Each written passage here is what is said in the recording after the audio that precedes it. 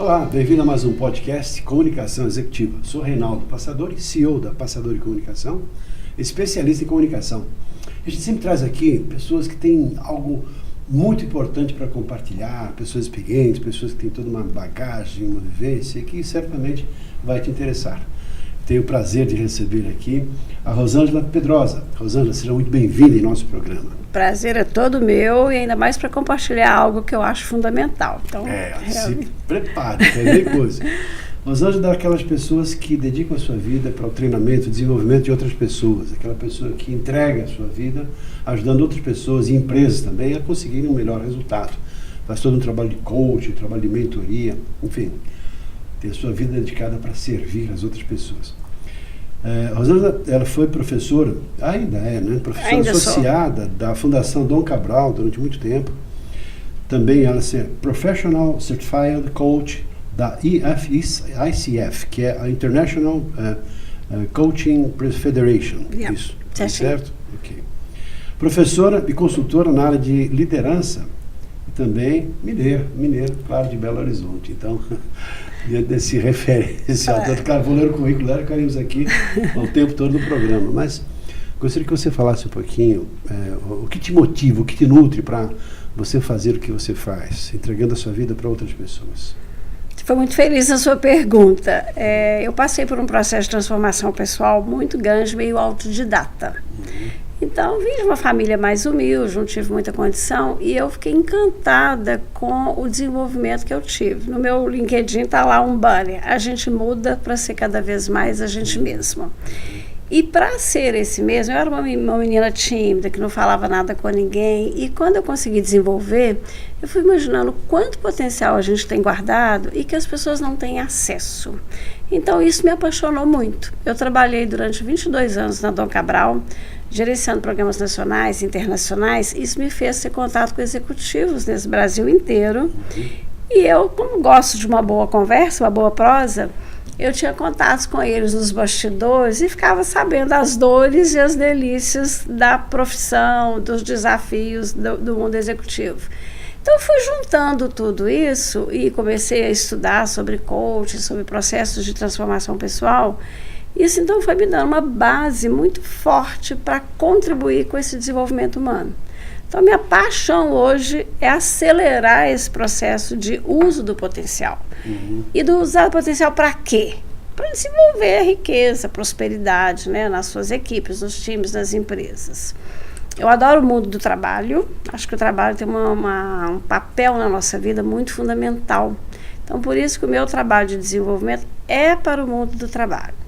É para o mundo da performance, do resultado, mas, obviamente, garantindo uma qualidade de vida, a famosa felicidade e bem-estar, trabalhando. Uma perguntinha só provocativa para você. Claro.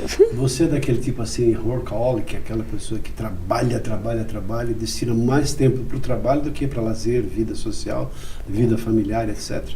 Ou foi assim? Eu já fui assim. Eu tinha uma pegadinha aí. Já fui. E um dos motivos pelos quais eu vou aqui falar da metodologia que eu te faço, que eu vou falar é sobre a mudança nisso. Hoje eu ainda sou muito apaixonada pelo trabalho. Então, na minha faixa de idade, eu já estou na terceira idade, muita gente pergunta: você não vai se aposentar, você não vai parar de trabalhar? De jeito nenhum, porque eu valorizo o trabalho e eu acho que eu estou no momento de dar uma contribuição muito boa. Então, eu continuo trabalhando muito, mas não como workaholic. Então, consigo hoje conciliar a vida cultural, familiar, saúde. Então, eu hoje considero que eu estou num momento assim, de maturidade, equilíbrio muito bacana. Mas fui muito workaholic de ter burnout. Eu te pergunto isso com muita propriedade, porque assim, até acabei atrapalhando a minha vida sobre alguns aspectos por ser tão de trabalho. Eu comecei a trabalhar com 13 anos e até hoje não parei. Já aposentei há muitos anos, enfim, mas continuei, certamente vou trabalhar talvez até o último dia da minha vida. Também. Até o finalzinho. Mas agora de uma outra maneira, mas entendo o que você fala, entendo essa transição. Obviamente tem muitas pessoas assim, trabalho. Já tive um exemplo, uma pessoa que era diretor de um grande banco aqui em São Paulo. E assim, trabalhou 40 anos, assim, 30 anos, aquela pessoa que dedicou a vida para o trabalho, depois assim, num certo momento, E assim, olha, a partir de amanhã você não precisa vir mais aqui. E a pessoa então tinha um sobrenome grande, né, que era diretor do banco, no qual respeito e consideração. Mas assim, no dia seguinte ele estava sem o status, sem aqueles 1000 e tantos sem sobrenome. Diretamente aquele sobrenome, perdeu o sobrenome. E ficou perdido na vida. Porque que eu faço agora? Dinheiro bom, salário, te pagamos tudo que você tem. Ficou rica, então, tinha todo um patrimônio. Não tinha nenhum problema mais em relação a isso. Mas o problema era outro, né? Era o vínculo que tinha muito forte com a própria empresa. Né? E a pessoa não aproveitou, quase não aproveitava. Nós íamos passear, fim de semana, não posso, tenho que trabalhar. Poxa vida, o que é isso, né? Vamos fazer um pouco mais. Eu acho que hoje, a metodologia que a gente vai conversar sobre, eu tinha uma crença muito embutida de que a pessoa só tinha valor se ela ralasse, se ela estivesse ocupada o tempo todo, se ela fosse útil o tempo todo. Isso não é sustentável. Né? É sustentável por um tempo. Faz um patrimônio, etc. Mas não é para a vida toda. Então, o que eu acho interessante é você poder fazer isso porque gosta. Você trabalha não é porque você precisa. Você gosta, você tem uma contribuição para dar. O trabalho da gente só tem sentido se a gente fizer para o outro. Tem duas maneiras. Mas tem que saber equilibrar, né? Que eu já ouvi isso, eu sempre guardo isso para minha vida. Tem duas maneiras de você ser feliz, realizado no trabalho. Primeiro, você fazer aquilo que gosta, ou aprender a gostar daquilo que você faz. Se você faz aquilo que gosta, tem prazer naquilo que faz, você não trabalha um dia na sua vida. Ou seja, é prazeroso. Então, além de trabalhar, você faz um trabalho que lhe traz uma satisfação também, como talvez tantas outras. Só que tem que diluir também a satisfação com outros aspectos da vida. Outra perguntinha antes de entrar nesse tema que entendo que é o mais importante que você trouxe para a gente aqui. Você falou que você tem a formação em coaching, etc. E tal. Eu tenho visto assim, toda uma mistura, não chega a ser uma briga, mas uma conversa bastante assim, de contrapontos em relação a coaching e mentoria. Eu te vejo como mentora, em função da sua experiência, da sua bagagem. Não que coaching não seja importante, porque o coaching ele ajuda as pessoas pelas provocações para a própria pessoa encontrar os seus próprios destinos e resultados. Vê se estou certo nisso. E o mentor é aquele que já tem uma bagagem, uma cultura que pode orientar, interferir mais diretamente. Pelo que eu entendo de você, pelo pouco que eu te conheço, e claro, encantado de tanto conhecimento, tanta sabedoria, obrigada. Eu vejo você como mentora.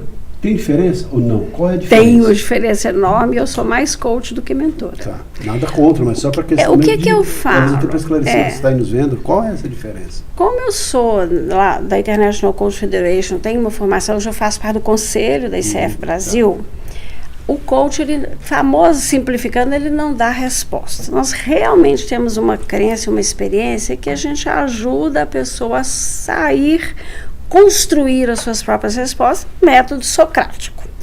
Um bom mentor, ele faz ótimas perguntas coaches.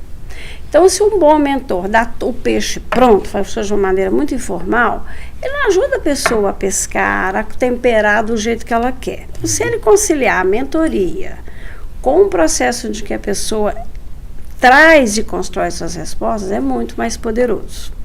Então, eu gosto da mentoria porque eu acredito no conhecimento, na experiência. Então, eu posso tirar meu chapéu de coach e te trazer um ponto mais relevante. Então, faço isso com muita tranquilidade, mas a cada dia, quanto mais eu estudo, quanto mais eu pratico, a gente vê que realmente a melhor abordagem é aquela que vai no ser, que vai nas bases mais profundas da pessoa.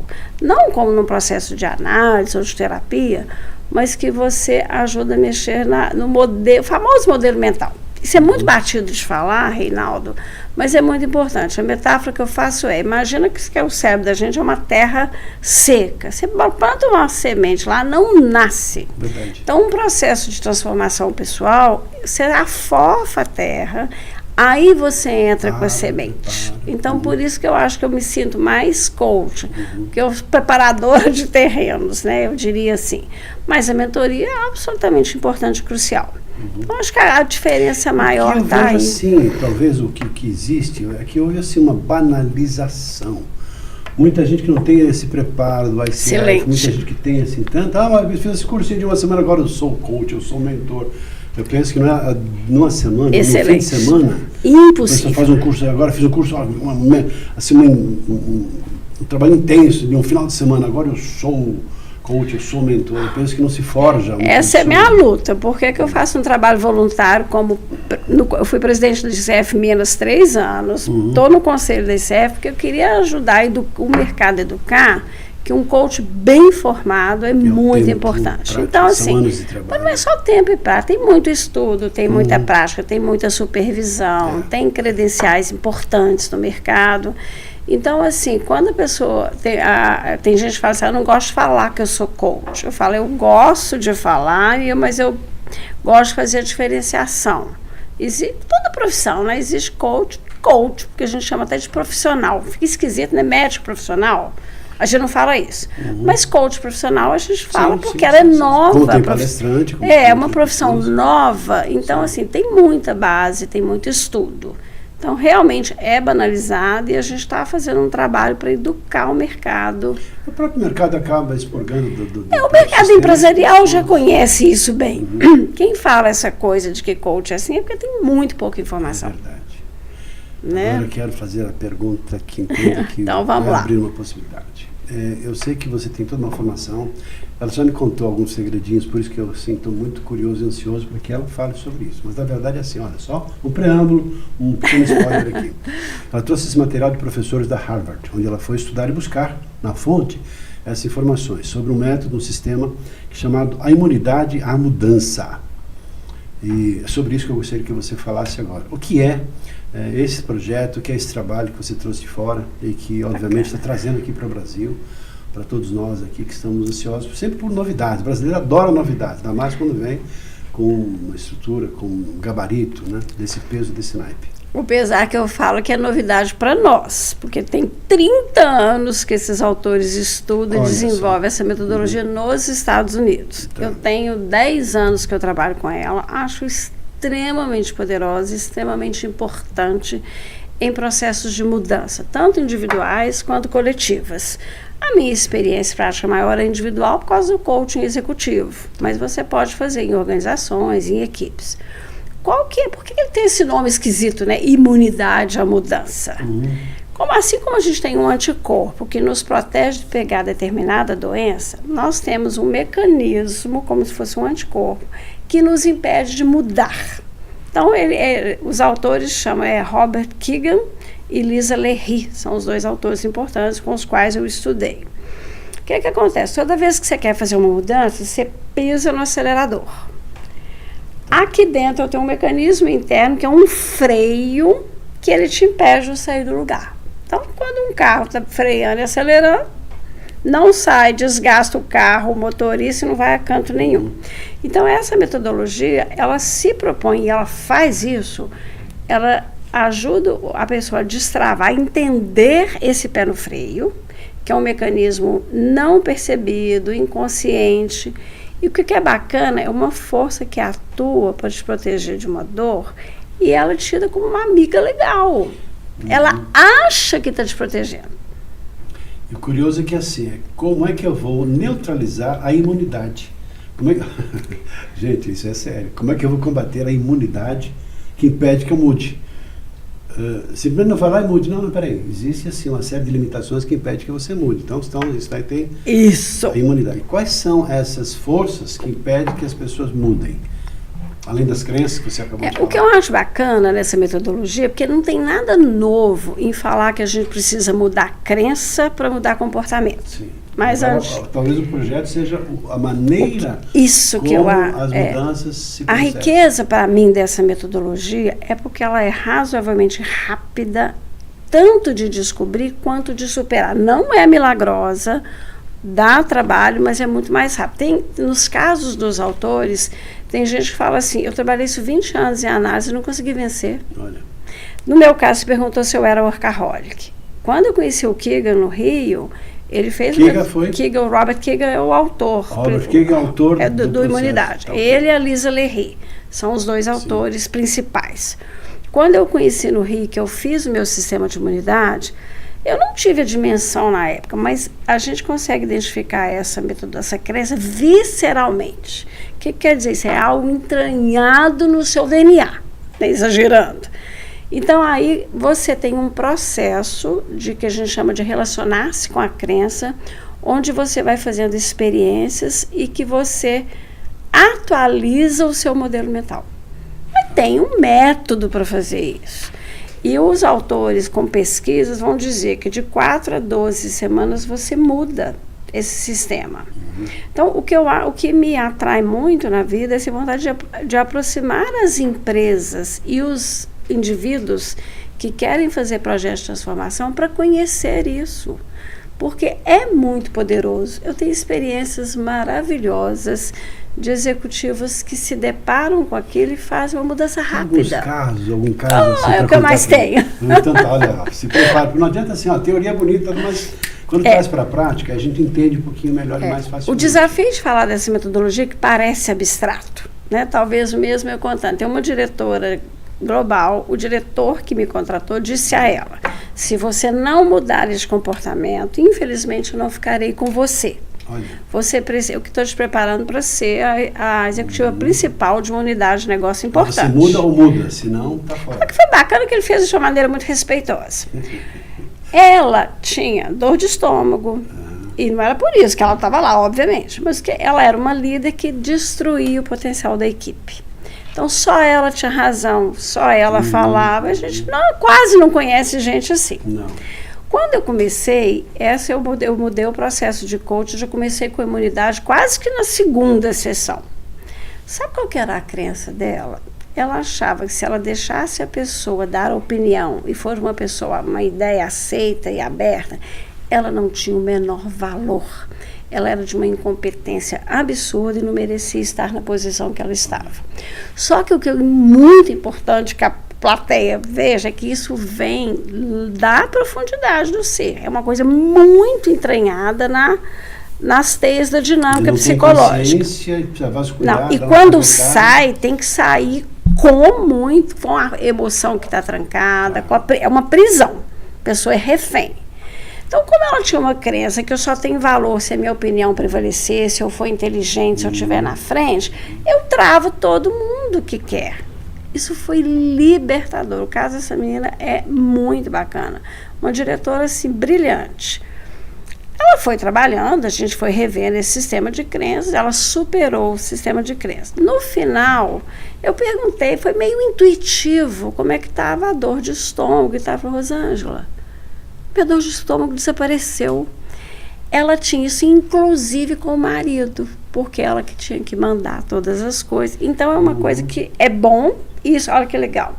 Isso foi o motivo do sucesso dela. Só que começou a ter um efeito colateral que diminuiu a potência.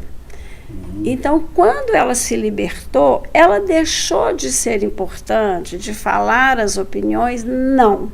Mas agora ela já abriu espaço. Com equilíbrio, ela não era mais refém. Então, uma vez eu falei com ela, eu fui fazer um trabalho numa empresa dela, e quando eu fui falar da imunidade, ela falou assim: para mim, você não precisa vender a imunidade. Eu senti na pele. Seria como se, eu estou imaginando assim uma ilustração que talvez reflita isso. Daqueles filmes antigos, dos prisioneiros norte-americanos que, quando eram presos, tinham que ajudar a construir as estradas de ferro. E ficava com aquelas bolas de ferro amarradas no tornozelo. Perfeito.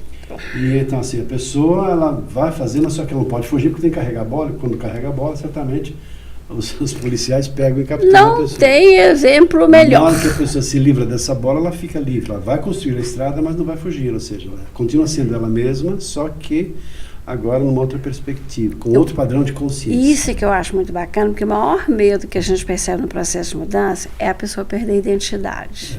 Porque essa imunidade foi responsável pelo sucesso. Quando eu falei que eu ralava sangue, que eu trabalhava muito, eu vim de uma família mais humilde, e dentro da minha humildade eu cresci muito. Então eu não queria perder isso. Tá. Então, hoje eu continuo trabalhando muito. E não vai perder isso? Não vou. Eu continuo sendo trabalhadora, sendo responsável, estudiosa, mas hoje eu tenho grupo de literatura, eu descanso, eu medito, eu vou ao teatro, eu tenho vida de folgada que eu achava que eu não queria ser. O que é muito legal. Aí, voltando, a pessoa não muda a identidade. Ela eu brinco que eu sou concreta, ela faz uma atualização no aplicativo dela. Acho isso que é uma metáfora bem bacana. E o seu exemplo da bola é perfeito. Você está caminhando com uma bola no pé. Duas questões. A primeira delas é assim, qual é a relação que tem esse trabalho que você faz de imunidade, a mudança que na verdade é assim, a pessoa faz uma mudança neutralizando a imunidade. Isso. Tem um jogo de palavras aí. Então, qual a relação que tem esse trabalho que você faz com a sua formação em coaching? Tem relação? É um trabalho complementar? É uma ferramenta a mais? Ou é a ferramenta que faz com que o coaching consiga a profundidade? E outra questão que também está embutida nessa mesma pergunta é assim, porque eu entendo que, aí é a questão de você explicar isso, qual é a estratégia que está por trás do sistema ou do método? Porque, na verdade, você vai instigar, provocar a pessoa, porque é o que faz o coaching, para dar a pessoa levantar as suas dores, aquelas que talvez não estejam na consciência, estejam talvez entranhadas lá no seu âmago, e que impede que ela, de fato, reconheça que pode ser diferente. Tá. Na verdade, a correlação eu vejo como uma metodologia, uma ferramenta que um coach tem à sua disposição. Quando eu fiz uma palestra sobre isso para coach, eu falei assim, para mim todo coach tem que ter obrigação de trabalhar com isso. Porque você trabalhar no nível racional, sem uma metodologia que alavanca o que é mais visceral, a mudança não se sustenta. Tá. Então, eu vejo como um mecanismo. E nessa hora, teoricamente, eu não estou só perguntando, porque tem uma metodologia específica. Então, nessa sessão que você vai aplicar, você usa aquilo, você ajuda a pessoa a destravar. Por que essa executiva não conseguia ver o poder da equipe? Depois que ela destravou, eu continuo trabalhando e o sistema de imunidade, conhecimento dele, fica de pano de fundo e ela vai atualizando o sistema operacional dela. Então, tem uma correlação muito profunda e isso corrobora a ideia de vários autores que trabalham com a visão de que você tem que mudar as crenças inconscientes. Te respondo? Responde assim, aprofunda um pouco mais, perguntando. Na neurolinguística tem lá um estudo que fala assim, que as mudanças elas podem acontecer rapidamente. Não, mas uma mudança para se processar é necessário que a pessoa tenha lá uma consistência, depois treine, pratique, crie novos hábitos para substituir os hábitos antigos. E teve uma vivência muito interessante da própria PNL que fala assim, quanto tempo um trauma demora para se instalar na cabeça de uma pessoa? Bom, a resposta é unânime, né? Rápido, da experiência, a pessoa caiu no rio, caiu no mar, sofreu um acidente, sei lá.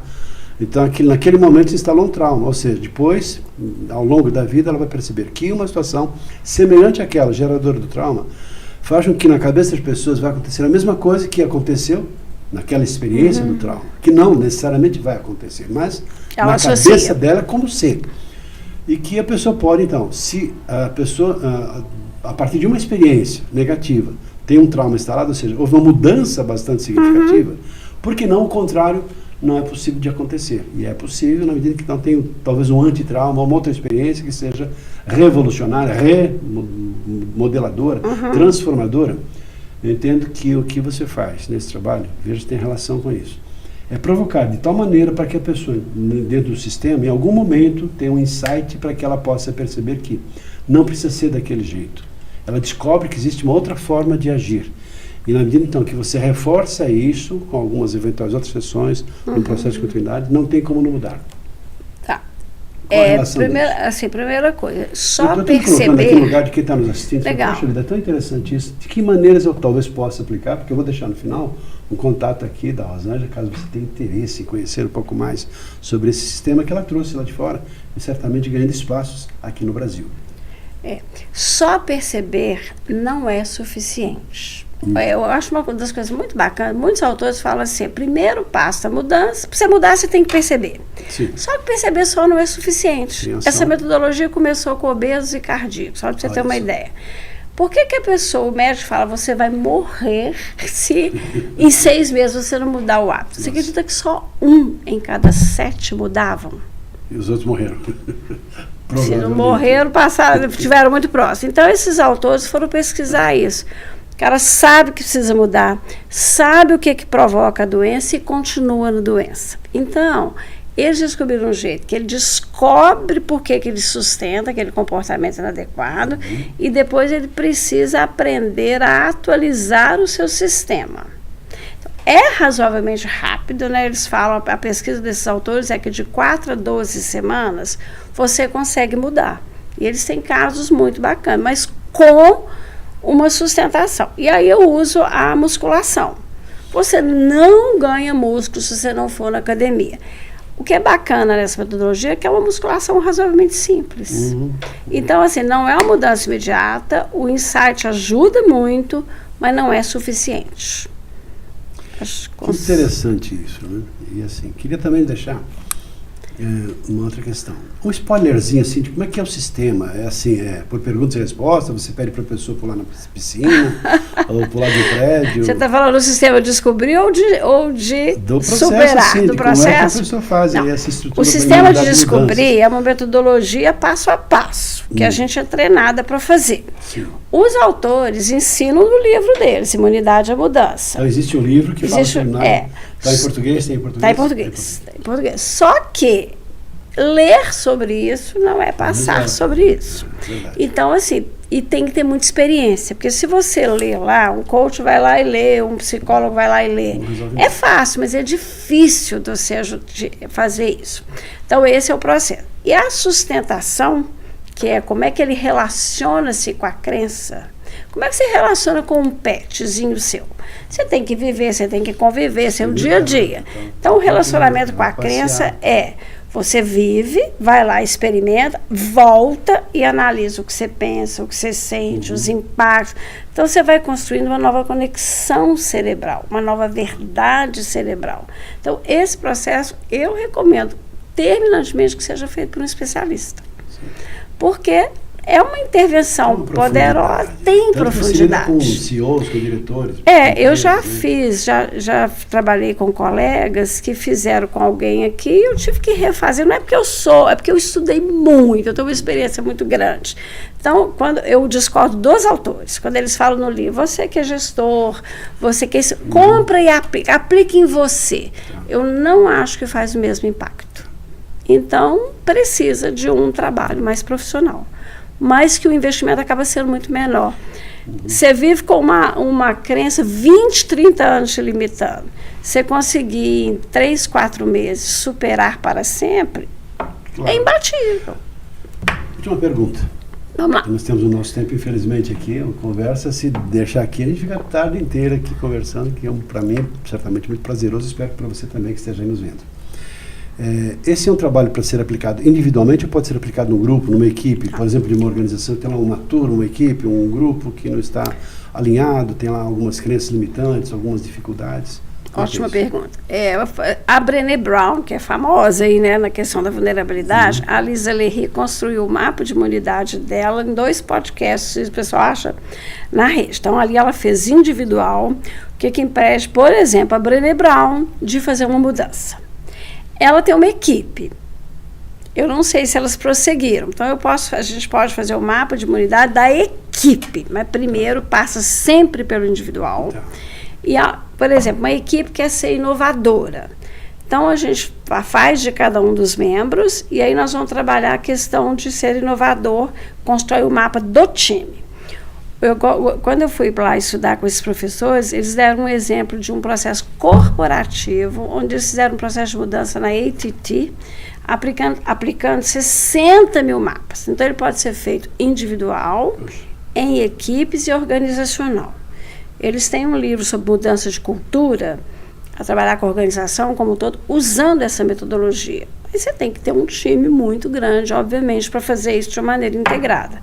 Então, dá para usar nas 3 modalidades. Tá? O Kegan está hoje num daqueles movimentos do Inner Development Goal, nos movimentos mundiais, para trabalhar com a mudança interna, para que a gente veja a mudança nos 17 objetivos mundiais lá da ONU, exatamente ancorado, que se você não mudar dentro, é difícil mudar fora. Então, dá para usar nos 3. Isso, acho que fecha como fecho de ouro, né? Que bom. Se você não consegue mudar dentro, você não vai mudar fora. É bem isso mesmo, né? É bem isso. É claro que aqui teria muitas perguntas para fazer, e provavelmente você também, mas você vai ter oportunidade, se você tiver questões e queira saber um pouco mais. Vai ser um prazer Deixa poder... você deixar aqui o seu contato para as pessoas interessadas em te conhecer e conhecer. Obrigada. Ela conhecer pessoalmente é uma pessoa encantadora, você vai gostar por causa disso. É a mineirinha, né? Mineirinha. E o que eu falo, Reinaldo, eu acho muito bacana, gente. Hoje eu estou num momento de maturidade da vida, né? Assim, de querer retribuir para o mundo e colocar à disposição coisas que a gente gasta uma vida estudando, sabe que tem resultado e poucas empresas, executivos têm à sua disposição. Então, hoje, uma das coisas que eu estou mais buscando é de fazer essa divulgação de coisas que têm validade, que têm pesquisa, que são sérias, e não aquela coisa de esquina milagrosa que muita gente tenta vender, né? Então, acho que essa é uma bela contribuição e eu te agradeço muito por seu contato estar aqui. junto. Rosângela Pedrosa, meu LinkedIn é esse, o celular é 31 99104 6708. Repita, como diz outro, repita. 31 99104 6708. Vai ser um prazer poder compartilhar e trocar com você que tiver interesse nisso. Rosângela Pedrosa, Super obrigada. muito agradecido pela Eu que sua agradeço. presença. Trouxe uma riqueza aqui para o nosso podcast. Prazer tê-la com a gente. Prazer é todo meu.